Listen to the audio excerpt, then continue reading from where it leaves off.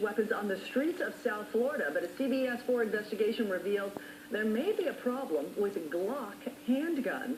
CBS 4 investigators has obtained a never-before-seen report that caused one police department to replace all of its firing pins and others to warn officers about the potential problem. Here's CBS 4 investigator Jim DeFeedy. Today, no gun is more identifiable with law enforcement than the Glock. By the company's own estimate, 65% of all police officers in the United States carry a Glock handgun. This job is our life. We work undercover. The company's website showcases videos touting this closer relationship to the police. My Glock gives me confidence to live my life, to protect yours. For Glock, no single word is more important to their corporate image than that word, confidence. But this report from the Palm Beach Sheriff's Office is raising questions about the gun's reliability. Obtained by CBS 4 News, the confidential Sheriff's Department document outlines a series of incidents in which problems with the Glock firing pin caused the gun to malfunction and not fire. In each case where there was a misfire, the gun was taken apart and the firing pin was found to be cracked or chipped. These pictures from the report show the failed firing pins. What could cause the head of a firing pin to begin to wear like that? Quite a few things. Robert Hosme is a local gunsmith and a police officer with more than 20 years' experience in South Florida. We asked him to review the Palm Beach Sheriff's report.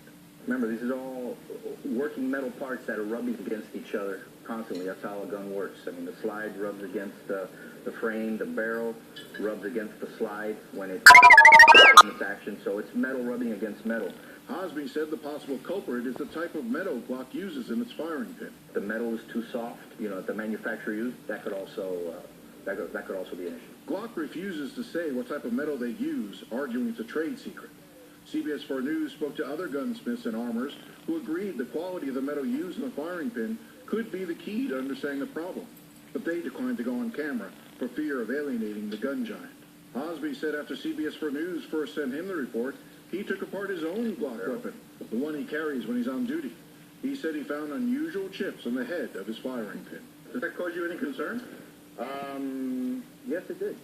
Yes, it did. I wasn't aware of this issue. Hosme said while the gun has never failed him, he wasn't going to take a chance and planned on replacing the firing pin immediately. CBS 4 News found that police departments across South Florida were aware of the concerns being raised by the Palm Beach Sheriff's Office.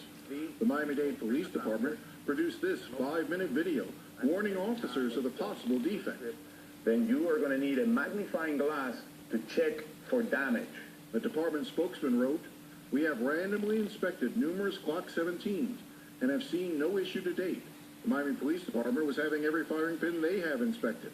The Coral Gables Police Department took the preemptive step of asking Glock to replace all the firing pins in their guns."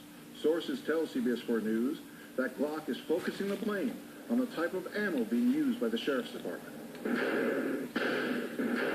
You think the issue was more the ammunition than the gun itself? I do, yes.